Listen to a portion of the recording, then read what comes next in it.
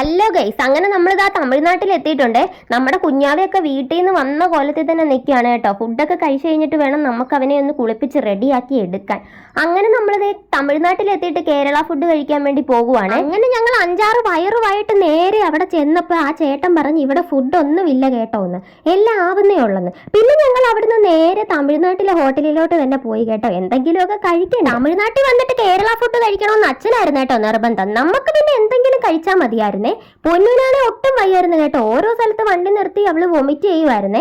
അവൾ ഒന്നും കഴിക്കാതാണ് കേട്ടോ വീട്ടിൽ നിന്ന് ഇറങ്ങിയത്. അതുകൊണ്ട് തന്നെ പാവം ആകപ്പാട് ക്ഷീണിച്ചായിരുന്നു. അങ്ങനെ നമ്മൾ കടയിൽ കയറി നെയ് റോസ്റ്റിന് ഓർഡർ കൊടുത്തു കേട്ടോ. നെയ് റോസ്റ്റ് വന്നപ്പോൾ ഇത് എന്തൊരു മുറമാണോ എന്ന് ഞാൻ ചിന്തിച്ചു പോയി. അതുപോലെ വലിപ്പമായിരുന്നേ. പക്ഷേ ഗൈസ്, ഇവനാളൊരു മുടുക്കനാണ് കേട്ടോ. അത്രയ്ക്ക് ടേസ്റ്റ് ആയിരുന്നേ. എനിക്ക് ഇനി തിന്നണമെന്നുണ്ടായിരുന്നു, പക്ഷെ തന്നത് പോലും തിന്നു തീർക്കാൻ പറ്റിയില്ല കേട്ടോ.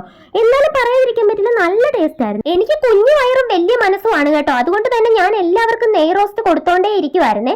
എനിക്ക് നെയ് റോസ്റ്റിനെക്കാളും ഇഷ്ടം മസാല ദോശയാ, പക്ഷെ അതിനകത്ത് മസാല എനിക്ക് ഇഷ്ടമല്ല. അങ്ങനെ നമ്മൾ എല്ലാവരും കൂടെ ഇതേ മുന്തിരിത്തോട്ടത്തിൽ എത്തിയിട്ടുണ്ട്. മുന്തിരിത്തോട്ടത്തിലെ കാഴ്ചകളൊക്കെ അടിപൊളിയായിരുന്നു കേട്ടോ. ഞാൻ ആദ്യമായിട്ടാണ് ഇങ്ങനെ മുന്തിരികളൊക്കെ ഒരുപാട് കാണുന്നത്. അങ്ങനെ നമ്മൾ കുറേ ഫോട്ടോസൊക്കെ എടുത്ത് വീഡിയോസും ഒക്കെ എടുത്തു കഴിഞ്ഞ് ഞാൻ ഒറ്റയ്ക്ക് ഫോട്ടോഷൂട്ട് നടത്തി കേട്ടോ. ആ വഴിക്ക് ഞാൻ അറിയാതൊരു മുന്തിരിയെ കൈവച്ചതേ ഉള്ളൂ. അതൊരു പോസായിരുന്നേ. പക്ഷെ ഒരു തമിഴത്തി അമ്മമ്മ അവിടെ കിടന്ന് അലയ്ക്കുമായിരുന്നു കേട്ടോ. മുന്തിരിങ്ങ പറിച്ച 500 എന്ന്. അപ്പം തന്നെ ഞങ്ങൾ കണ്ടം വഴി സ്ഥലം വിട്ടേ. അപ്പം ഇത്രയുള്ള ബൈ ബൈ.